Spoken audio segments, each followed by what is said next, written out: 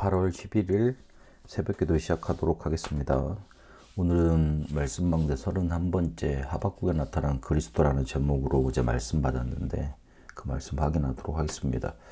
보라, 그의 마음은 교만하며 그 속에서 정직하지 못하나 의인은 그의 믿음으로 살리라 그랬습니다.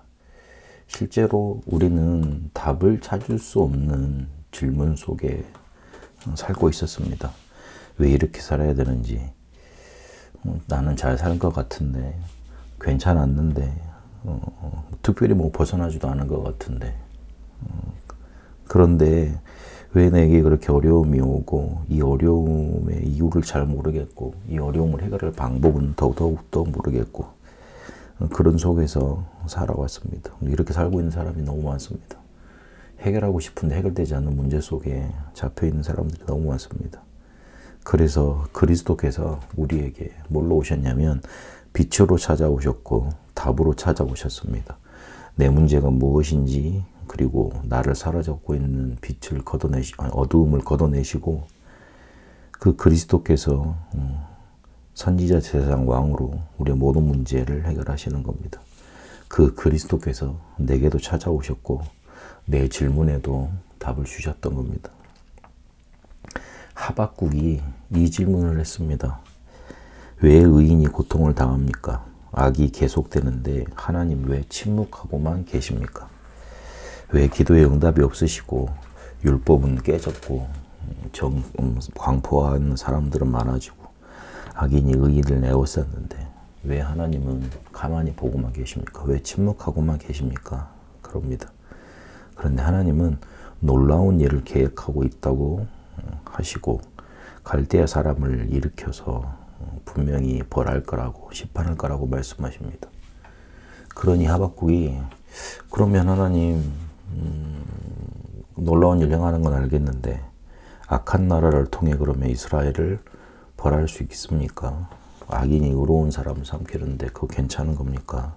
그렇게 말씀합니다.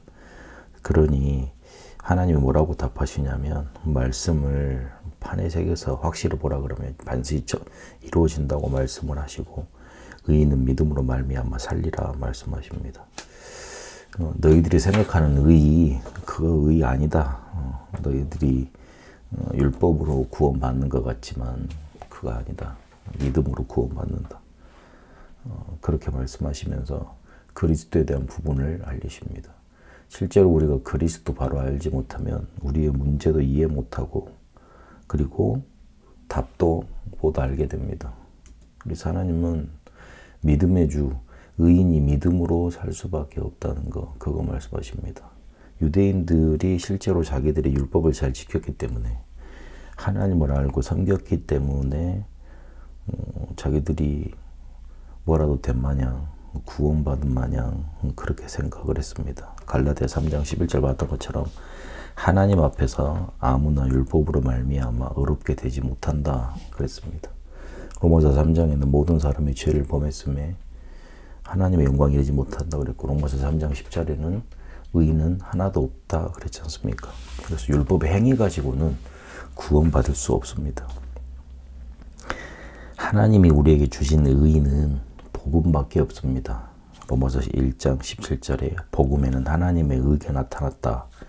그래서 믿음에서 믿음으로 이르게 한다. 에베소서 2장 8절에는 은혜에 인하여 우리가 믿음으로 말미암아 구원받았다 그랬습니다. 우리가 믿는 것도 하나님의 은혜인 겁니다. 누가복음 7장 50절에 있는 것처럼 내 믿음이 너를 구원했다. 예수님이 그렇게 자기의 발을 향유로 씻긴 여자에 대해서 선언하셨습니다. 내 문제를 과연 알고 있습니까? 그러면 그리스도라는 답을 붙잡을 수밖에 없습니다. 그것도 오직으로 붙잡을 수밖에 없습니다. 내 문제는 절대 불가능의 문제 아니었습니까? 내 힘으로 해결할 수 없었던 문제고 그 누가 와도 해결할 수 없는 문제 아닙니까? 이 믿음의 주를 알고 나면 기쁨과 소망의 주 그리스도를 붙잡게 됩니다. 나는 여호와로 말미암아 즐거워하고 구원의 하나님으로 말미암아 기뻐하리로다. 이게 바로 답을 얻은 자의 찬양이고 고백입니다. 하나님과 함께하기 때문에 여호와로 말미암아 즐거워할 수 있고, 절대 불가능을 보니 절대 계획이 보이고 절대 가능의 응답을 받게 되어 구원받게 되니 구원의 하나님으로 인해 기뻐할 수 있게 됩니다. 이 답을 얻은 자의 찬양과 고백을 누리는 사람을 통해 나오는 게 뭐냐면, 오직 속에서 유일성의 응답과 재창조의 작품이 나옵니다. 항상 nobody nothing이지만 everybody everything으로 이끄시는 하나님의 응답이 보이고 능력이 보입니다. 무화과 나무가 없다, 포도나무 열매가 없다, 감람나무에 소출이 없다, 밭에 먹을 것이 없다, 양이 없다, 소가 없다, 이러니 아무것도 없는 상태라도 하나님을 원망하지 말고 하나님을 기뻐해야 된다, 이렇게 또 들릴 수 있습니다. 그러니까 뭔가 되지는 않은데 그래도 구원은 받았으니까 감사한 거 아니냐, 그렇게 만족해라, 그런 말 정도가 아닐 겁니다. 아무것도 없었어도 세계복음화를 이뤄내셨습니다. 그 없는 현장에서도 사막에도 길을 내시고 광야에도 이렇게 생수가 넘쳐나게 하신다 그랬습니다. 그래서 nobody nothing의 현장에서 세계복음화 everybody everything의 응답을 주실 수 있는 것이 하나님의 능력이기 때문에 그것 하실 수 있는 하나님을 내가 알고 누리니 나한테 없는 게 뭐가 문제가 되느냐.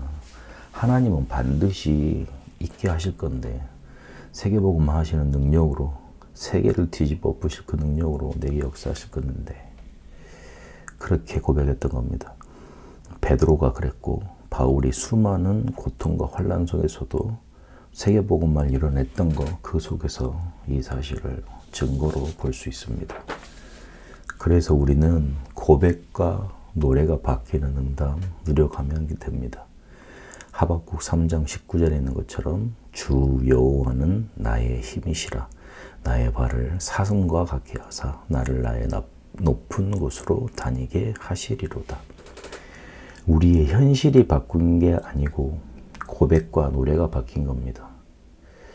우리의 현실을 바라보는 나의 생각, 눈이 바뀌었던 겁니다. 그러면 현실은 아직 바뀌지 않았는데 현실이 나를 이길 수 없게 되고 현실을 이길 수 있는 힘을 얻게 됩니다. 현실을 끌어가는 인생이 되게 되는 겁니다. 그러려면 각인된 망대를 바꿔야 됩니다. 하박국서 2장 2절에 있는 것처럼 여호와께서 내게 대답하여 이르시되 너는 이 묵시를 기록하여 판에 명백히 새기되 달려가면서도 읽을 수 있게 하라 그랬습니다. 사단이 만들어 놓은 12가지 망대, 교회가 스스로 만든 5가지 망대, 요거 깨트려 버리고 그리스도께서 감람산에서 가르치신 것 붙잡는 겁니다. 이에 대해서는 내 것 되지 않는다 그랬습니다. 그래서 각인 뿌리 체질돼야 됩니다. 그게 바로 기도입니다. 기도로 이게 가능합니다. 그리고 하박구서 2장 3절에 있는 것처럼 이 묵시는 정한 때가 있나니 그 종말이 속히 이르겠고 결코 거짓되지 아니하리라. 비록 더딜지라도 기다리라. 지체되지 않고 반드시 응하리라 그랬습니다. 흐름 놓치지 않고 조금만 기다리면 됩니다. 내 생각, 계획, 환경, 실패, 실수가 하나님이 내게 주신 언약을 이기지 못합니다. 요셉에게 그랬습니다. 성취가 안 되는 것 같지만 그거는 순전히 내 생각이고 하나님은 반드시 성취하십니다. 그래서 내가 내 흐름을 정하지 말고 하나님이 내게 주신 언약과 미션 그리고 말씀을 따라가면 됩니다. 하나님은 나를 높은 곳으로, 나의 높은 곳으로 다니게 하십니다. 이 축복이 이번 한 주간도 넘쳐나게 되시길 축복합니다.